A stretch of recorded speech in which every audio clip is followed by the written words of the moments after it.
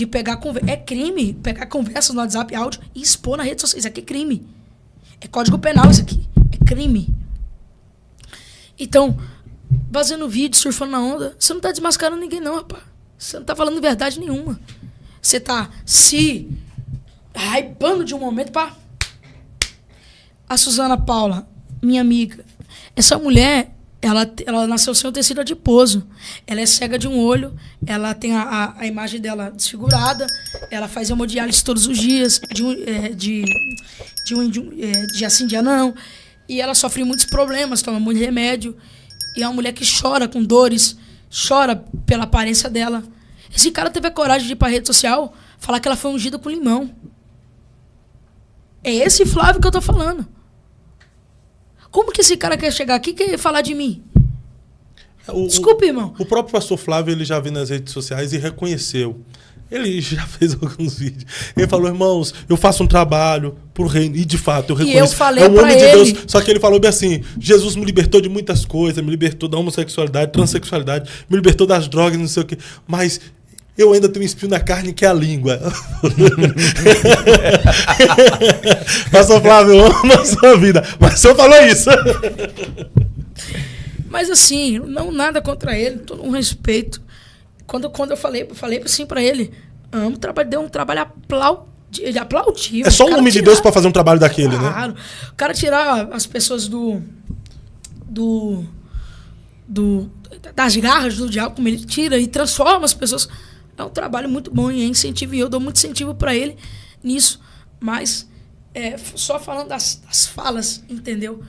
Não da pessoa dele ou daquilo que ele faz, falando da fala que ele proferiu a mim. Mas nada contra ele. Ele é uma pessoa... Ele acabou sendo infeliz nas falas dele. Infeliz na fala, como todo mundo é. Não tem problema nenhum. É um espinho na carne.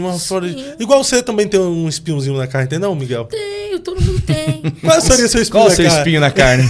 Assim, o meu espinho na carne é alguém falar que vai ter um açaí, até agora eu tô esperando.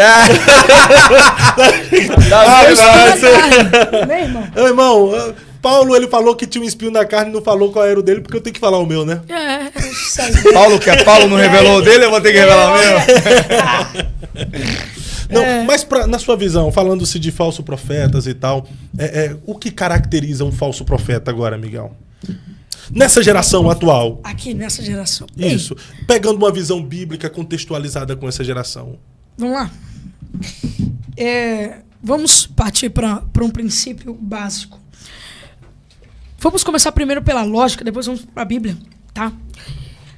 Quem que é o falso profeta? O falso profeta, ele é aquele que... Ele não tá pelo altar de Deus. Ele não tá pelo povo. Ele tá por estar. É aquele que quer fama, quer aplauso, quer... Mas o que caracteriza um falso profeta é ele falar, usar o nome de Deus, e em toda a trajetória dele ele não tem um fruto. Se você pegar um cara que ele fala muito, mas não tem um rastro de testemunho, de testemunhas, porque nós trabalhamos com testemunhas, evidencia já um falso profeta. Mas Isaías profetizou e nenhuma das profecias de Isaías ele viu se cumprir. Concordo. Mas a gente está vivendo num tempo que não tem profecia de daqui a 100 anos, não é?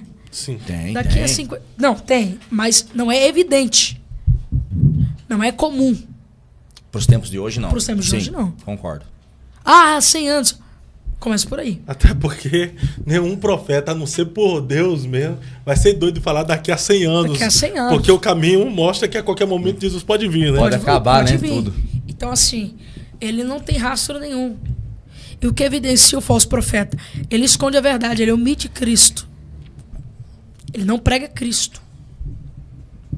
Ele é um... Omite Cristo. Omite Cristo. Esconde Omite Cristo na igreja. Sim. Eu tenho um sério problema. Eu prego em todas as igrejas, muitas igrejas do Brasil, Assembleia de Deus, Belém, Madureira e por aí vai. Eu tenho um problema grave. Também tenho um problema grave em pregar em vigília. Que fica aquele pulo, quando chega a palavra o povo está morto. O falso profeta não. Ele vai olhar para o povo e ele vai pegar a palavra que vai animar o povo e não edificar o povo. Só que o falso profeta, ele é enganoso. E como ele é enganoso, ele engana a si mesmo. Porque ele acha que a palavra que ele vai pregar vai... Só que a edificação dura mais do que a emoção. Boa. Então, quando a pessoa ouviu a palavra e entendeu a palavra, vai acabar o culto e ela vai... Meu Deus, que palavra. Ela vai embora Vai empaquetada, acordar né? e ela vai... Meu Deus, que palavra. Vai acabar o dia, ela... Meu Deus, que palavra. O emoção não. O emoção, o cara vai pular... Acabar o culto. Cadê a cantina? Cadê não sei quem? Então, a primeira característica de um falso profeta é ele falar e não acontecer. Nos dias de hoje. Sim. Tudo tem o seu... Cada caso é um caso. Mas uma das mais evidentes é essa. É ele falar, eu não conhecia. O falso profeta, ele não dá testemunho. O falso profeta, ele não tem, como eu disse, igreja.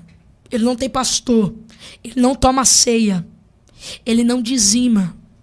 É aquele falso profeta que ele prega 30 dias e o dinheiro dele, ele alimenta o devorador, o migrador e por aí vai. O falso profeta, ele não aceita confronto. Ele não aceita conselho. Ele é o dono da verdade, ponto e acabou. O falso profeta, ele tira Cristo do altar e se põe no lugar de Cristo. Ele quer que as pessoas aplaudem, gritem por ele, não por Cristo. O falso profeta, ele deturpa a palavra de Deus. Ele usurpa do texto e estrupa a história. Ele traz a história ao seu favor e a favor da igreja. Ele fala aquilo que ele quer falar, não aquilo que Deus quer falar. Resumindo em uma palavra, o falso profeta é aquele que usa Deus, mas Deus não usa ele. É. E hoje em dia há muitos falsos profetas? Exatamente. Tanto que a Bíblia diz que nos últimos dias surgirão muitos falsos profetas. É Jesus que diz isso.